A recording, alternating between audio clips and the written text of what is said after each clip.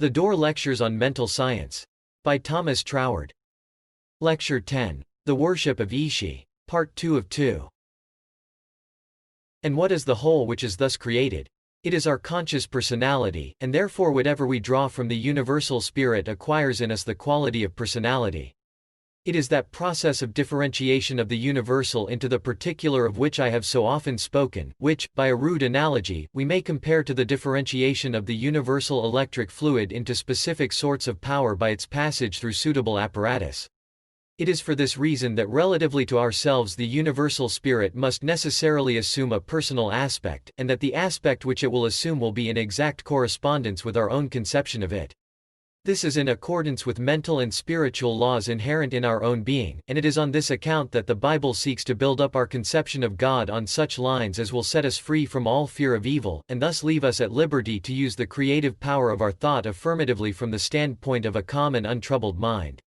This standpoint can only be reached by passing beyond the range of the happenings of the moment, and this can only be done by the discovery of our immediate relation to the undifferentiated source of all good.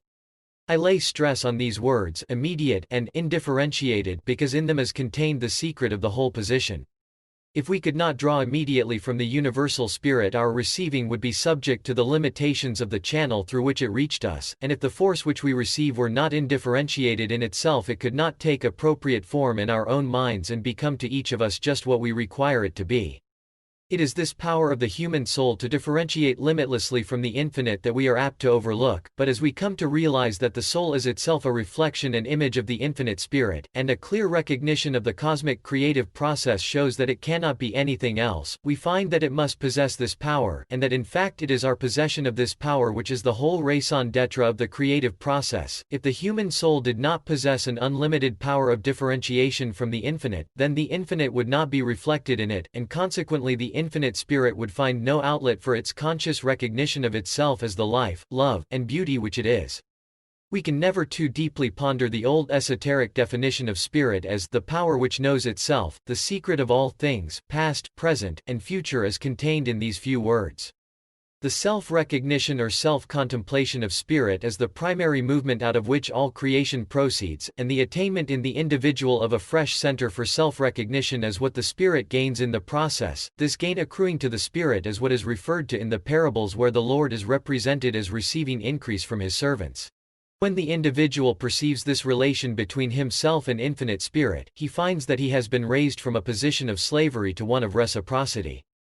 The spirit cannot do without him any more than he can do without the spirit. The two are as necessary to each other as the two poles of an electric battery.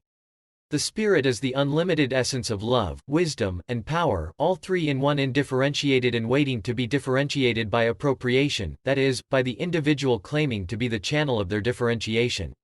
It only requires the claim to be made with the recognition that by the law of being it is bound to be answered, and the right feeling, the right seeing, and he right working for the particular matter we have in hand will flow in quite naturally.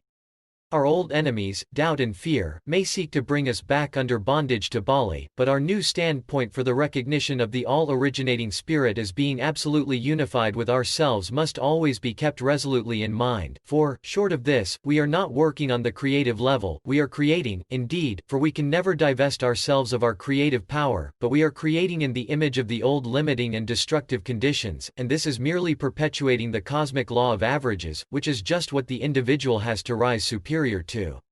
The creative level is where new laws begin to manifest themselves in a new order of conditions, something transcending our past experiences and thus bringing about a real advance, for it is no advance only to go on in the same old round even if we kept at it for centuries. It is the steady go-ahead nature of the spirit that has made the world of today an improvement upon the world of the pterodactyl and the ichthyosaurus, and we must look for the same forward movement of the spirit from its new starting point in ourselves.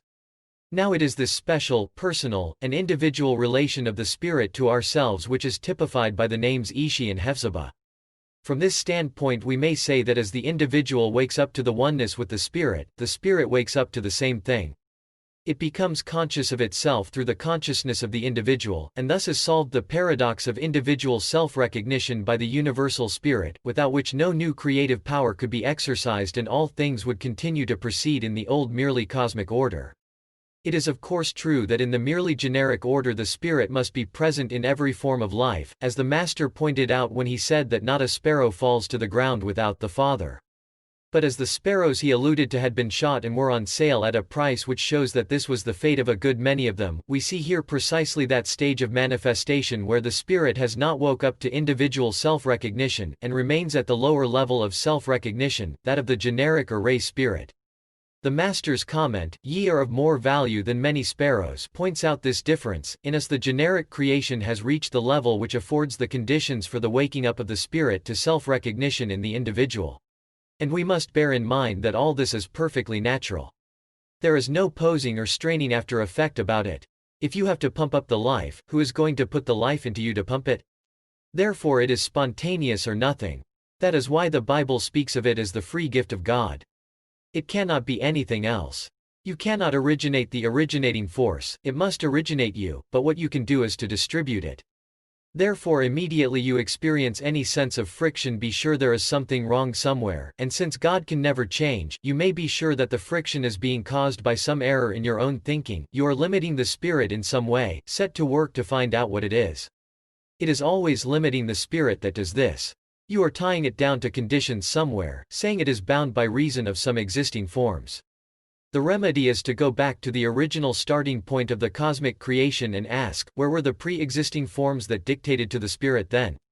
Then because the spirit never changes, it is still the same, and is just as independent of existing conditions now as it was in the beginning, and so we must pass over all existing conditions, however apparently adverse, and go straight to the spirit as the originator of new forms and new conditions.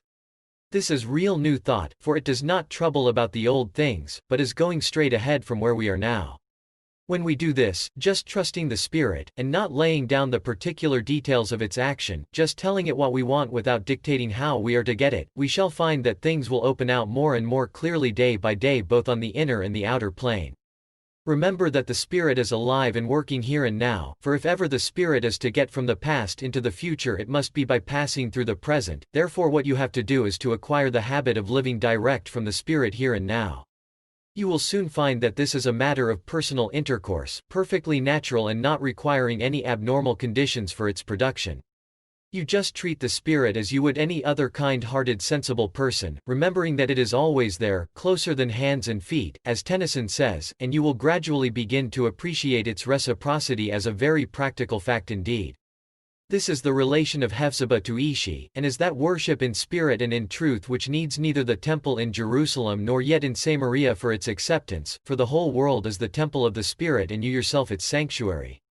Bear this in mind, and remember that nothing is too great or too small, too interior or too external, for the Spirit's recognition and operation, for the Spirit is itself both the life and the substance of all things, and it is also self-recognition from the standpoint of your own individuality, and therefore, because the self-recognition of Spirit is the life of the creative process, you will, by simply trusting the Spirit to work according to its own nature, pass more and more completely into that new order which proceeds from the thought of Him who says, "Behold, I make all things new." Lecture 10. The Worship of Ishi. End of lecture. Need help understanding Troward's teachings? The Thomas Troward lectures contain very deep and powerful information, but to get the most out of them, require repeated listening and in-depth study. Troward had only one personal student, Genevieve Behrend, and her book, Your Invisible Power, distills the essence of Troward's lectures in a concise and easy-to-understand format. For many, this is a much preferred way to learn Troward's teachings. Click the link below this video to visit yourinvisiblepower.us and learn more about Genevieve Behrend's recently updated book.